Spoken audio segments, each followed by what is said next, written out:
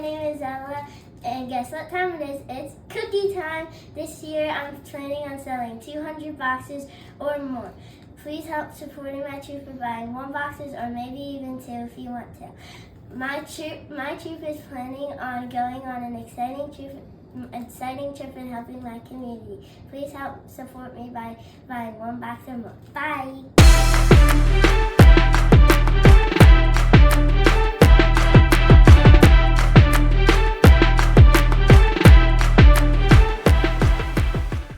What's up, everyone? Welcome to This Day in Philly Sports History for January 23rd, 2025. I'm your host, Jim Montgomery. Welcome to a Thursday edition of the podcast, slowly creeping towards Sunday and the NFC Championship game. We'll have more on that, but some quick housekeeping notes first. You heard Ella. Buy the Girl Scout cookies from her. Support her and her troop. The link is in the description. You're going to buy them anyway. Why not buy some from Ella? And even if you don't want to eat the cookies, they have ways you can donate boxes too. So go click the link in the description. And then follow me on all social media. Give me likes, follows, all of that. For the next month or so, I'm going to try to outsmart the algorithm. I'm working on some things behind the scenes. We're going to outsmart this thing. Jimbo_Mont on Twitter and TikTok. On Instagram, at Philly Jimbo. Subscribe to the YouTube channel and like there as well. Jimbo_Mont. And when you're on the social media, leave a comment. We've had some good conversations over the past week or so regarding the Eagles and Sixers. Yes, the Sixers. Even some debate over Philly's Hall of Fame credentials. So when you're on the social media, go ahead and leave a comment and let's get some interaction going. And then check out our friends at the On Pattison newsletter. We were featured in there again yesterday for Charles Barkley. They have great coverage on all the Philly sports, great pieces and commentary, so it gets delivered directly to your inbox. All you have to do is subscribe, so go support them as well. All right, we're going to go a little out of order today, and that's because it's the NFC Championship game. We've been doing forgiveness for the month of January instead of New Year's resolutions in a way to get all of our karma and good vibes and just release the negativity out into the ethos. Well, we're calling out the big guns these next 4 days. These next 4 days are some heavy hitters, and listen, desperate times call for desperate, not that we're desperate, but desperate times call for desperate measures. So today, we're going to forgive Al Horford. And there is nobody out there that is not going to tell me that he was not a spy for the Boston Celtics when he was in the Sixers. They have not been the same since Al Horford left. As soon as he signed, it all started going to shit. That 2019-2020 year was just bizarre anyway because of COVID, and then the season was suspended. Then they played the playoffs in the bubble. And I'm not saying that's related to Al Horford, but I'm also saying I cannot prove that Al Horford is not responsible for COVID and the bubble. Just throwing it out there. I kid. Oh my goodness, don't cancel me over that. But in all seriousness, Al Horford never fit in with the Sixers. Didn't mesh well with Joe and his playing style. Actually clogged up the floor for Joe a lot. Had the worst year of his career. Was supposed to be bringing in that veteran guy that was going to put the Sixers over the top. Of course, he comes in, has his worst year ever at that point. Complained about his playing time. Couldn't figure out whether he was a starter, a bench player. Like I said, just clogged things up for Joe. And truthfully, it was a good move, I felt at the time, because it was kind of like if you can't beat him, join him type deal. He just always played well, even to this day, now that he's back with them. Always plays Joe well when he was with the Celtics. But that 1920 year, the Sixers were swept out of the bubble by who else? Yeah, the Celtics. Again, don't tell me that Al Horford was not a spy. Somehow, though, Daryl Morey pulled off the impossible trade, got him out of here to Oklahoma City. That was the trade that got Danny Green in here. And then mysteriously, a year later, he was back on the Celtics. Again, not going to tell me he was not a spy for him. But this is NFC Championship Game week. We need all the good vibes. I need to let go. We need to let go. We need to release that negativity back into the atmosphere. So reluctantly, I am going to forgive Al Horford for being a spy. I'm going to forgive him for the performance in the bubble. I'm going to forgive him for not playing like Al Horford. And then as soon as he got out of Philadelphia, remembered that he was Al Horford and continued to play like him, had a resurgence as soon as he left. For COVID, don't have any proof. Don't want to put that out there. But while we're on it, Al Horford, if you had anything to do with COVID, I forgive you for that as well. And this was a tough one, like I said, but it's the NFC Championship game. I feel better. Al Horford, I forgive you. There we go. That is out there. Oh, one more thing. I know this isn't him as either, but it's directly tied to him.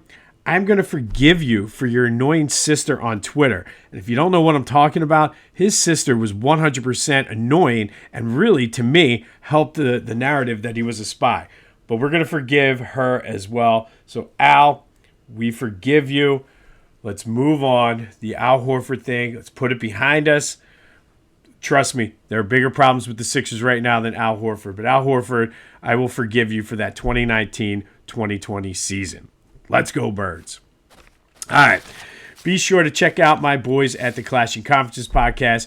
Good things going on over at their fan network. Should be another OG NFC East episode today. Should be a little dicey with Paul and Greg today. So be sure to check that out wherever you get your podcast as well as on YouTube. And then go to Philly Goat. So much to choose from there. I don't even know where to begin. They got you covered from head to toe, quite literally. Hats, shirts, pants, shoes, you name it, they got it. Go check it out. While you're there, be sure to use the promo code Jim Montgomery to take 10% off your order. Get ready for the NFC Championship and hopefully a Super Bowl run here by the Eagles. But that's phillygoat.com, promo code Jim Montgomery to take 10% off. All right, Flyers have a big game tonight up in New York City. They take on the Rangers, who are coming to the game tied with the Flyers in the playoffs. Lots of teams jockeying for position, so this is a huge, huge game and a test, really, for the Flyers. They're looking to win their fourth in a row and have their seventh straight game with a point. Turning to the Sixers because we have to. Apparently, the Nick Nurse thing was pretty intense. I was reading an article yesterday that the Sixers locker room shares a wall with the Denver Nuggets media room. Apparently, you could hear all kinds of yelling and screaming. And it wasn't the players arguing with each other. Apparently, Nick Nurse called them all out. And everybody that I saw that was interviewed said it was 100% warranted. Questioned them for doing the small things right, fundamentals, showing up on time, all kinds of things. And it was good because they've been playing like absolute crap. Whether or not it sparks a fire under them, I don't know. I think they're just a deficient team. I don't know if Maxey's a guy that can lead the team. I think I've been saying this for a while. I think Paul George was damaged goods when we got him. We all know Joe. Everybody else is hurt. But hey, maybe this will light a spark. But the schedule is not getting any easier for them. And it's hard to believe that just 1 year ago today, we were celebrating that Joe scored 70 points the night before against the Spurs. Truly was the high point of last season because it all came tumbling down after this day last year. So hard to believe that what a difference a year makes there for the Sixers. Yikes. All right, let's get into the Eagles, though. It is NFC Championship week. And let's start with a recap of yesterday's question of the day. We had a little bit of fun on a Wednesday. I asked you, what is your game day superstition? All kinds of crazy things came in. I love it. 50% of you, though, all led with some type of jersey, outfit, hat, combo, which, like I said, I totally get because I'm wearing the exact same outfit combo I did the past two playoff games because I'm too scared to switch it up. I haven't even been able to wear the bird wings yet because I don't want to jinx it. And that's just the way we are here in Philly. A lot of people talked about a consistent meal or sitting on the same spot of the couch. Shout out to Ryan from Salt Lake City who said he will keep the same outfit combo on until they lose. then switch it up. And if he happens to be partaking in an adult beverage, he keeps that beverage consistent throughout the game, which I really, really connect with, because it's a shame that they didn't make more of them, or maybe because the Eagles did so well, they sold more than what they thought. But Victory, and this is a completely free plug, but Victory, if you want to sponsor this, I really do love all of your beer and drink it all the time. But they had the On the Road to Victory IPA, which every game week I would make sure that I at least had one of them on a game day, even if I was going to the game. Made sure I had one of them, and that was consistent until the Washington game, when all the places around me sold out. So Victory, if you want to be a sponsor, hit me up. I think it'd be a good connection there. But again, thank you to everybody who participated in the question of the day, especially Ryan, checking in all the way from Salt Lake City. May or may not owe Ryan a few bucks for some new drywall from 2001 with the Sixers, but thanks for checking in, brother. All right, so yesterday, Nick Sirianni did switch things up, switched practice to a walkthrough, said he felt that was what the team needed. And he's done that a few times this year, where he kind of reads where the guys are and how they're feeling. And the fact of the matter is, it was so cold yesterday, nobody would have wanted to practice out there anyway. It should be a little bit warmer today by the afternoon. But Jalen and Quinyon Mitchell both participated in the walkthroughs. They were both listed as limited participants, but again, it was a walkthrough. Quinyon said he's good to go. He fully expects to play.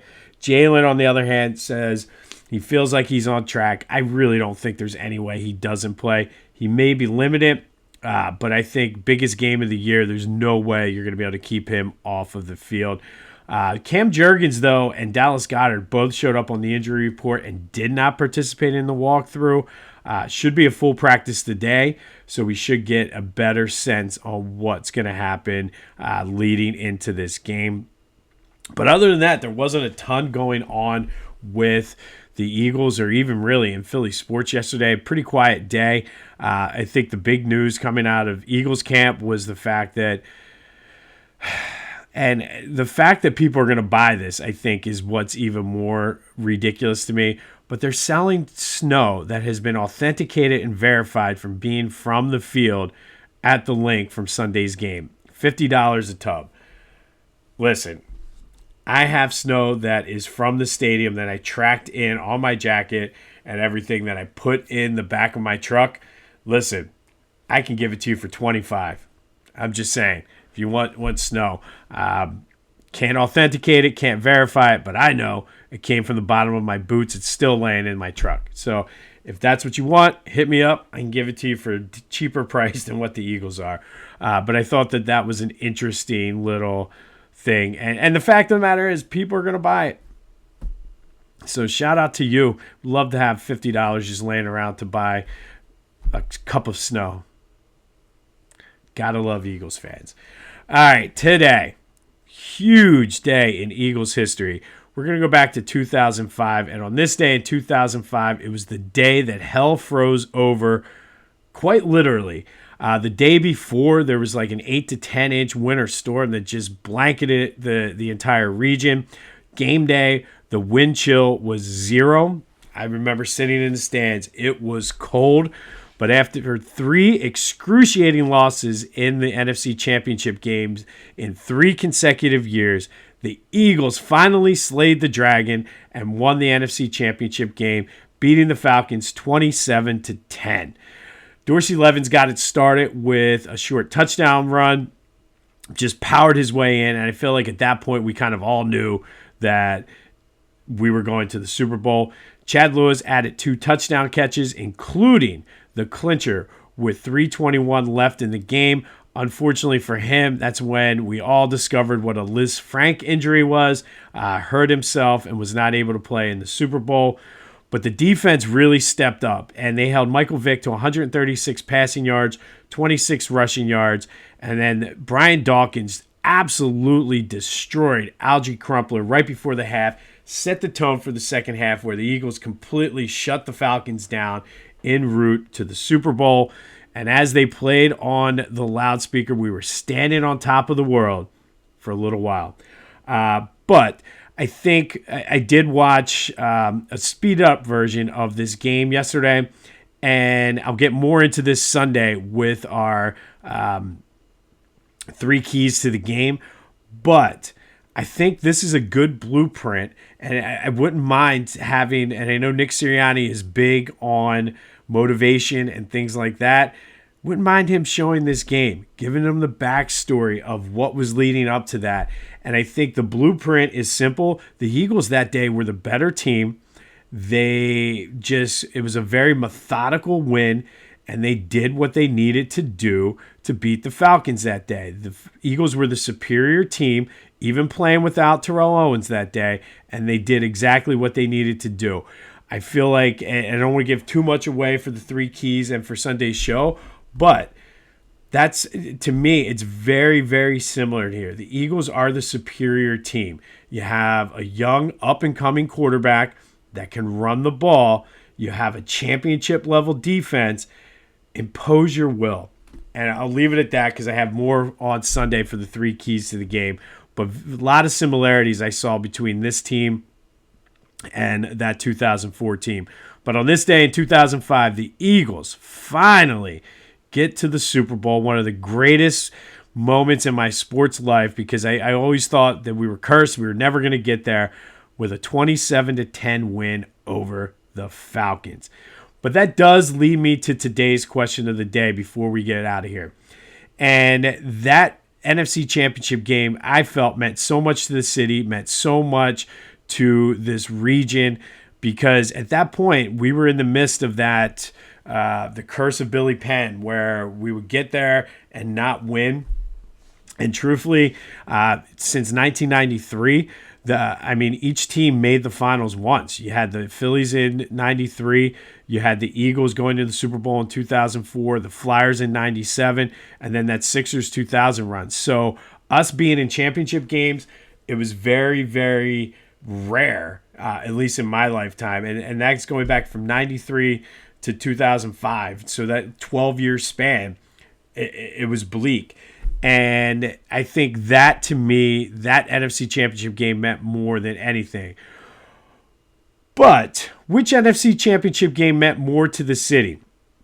2004 or 2017? And you can make the argument for 2017 because they won the Super Bowl. And there are some similarities between that team and this team. I'll get way more into that on Sunday. But to me, it's the 0-4 one because it finally got us over the hump. And if you saw the guys celebrating and just the emotion, we all should have known. There was no way they were going in and beating the Patriots in the Super Bowl, because to them, finally getting over the hump after 3 straight years of losing, that was the Super Bowl. But I do think it sort of changed the mindset, changed the mentality in Philly. And we saw within a couple years, the Phillies started winning. The Eagles have been consistently one of the best teams. So I think that was a more pivotal NFC Championship game than 2017, because 2017 wasn't the final of that. They went on to win the Super Bowl. But what do you think? Which NFC Championship game was more pivotal to the psyche of Philly fans? Was it 2004 or 2017? Hit me up on the Back to the Future voice and text line. Text me, call me, 267-495-8531. Get that, anything else Philly sports related off your chest. Want to talk more about this game. Want to talk about Al Horford and our forgiveness of him, and whether or not you believe he was a spy, which nobody's going to tell me any different. He 100% was a spy for the Celtics, and truthfully, completely ruined the Sixers because they have not been the same since. All of a sudden, Ben Simmons hides. Joe is Joe. The front office even can't get it right. So thanks a lot, Al Horford. However, we did forgive you for that. I forgive you for even getting all worked up about that again. I've told you these next 4 days are going to be tough. Tomorrow, Saturday, and Sunday are going to be even tougher, guys, that we need to forgive. But Al Horford, we forgive you. This has been This Day in Philly Sports History for January 23rd, 2025. My name is Jim Montgomery. Go have yourselves a Thursday, and until next time, I'll see you when I see you.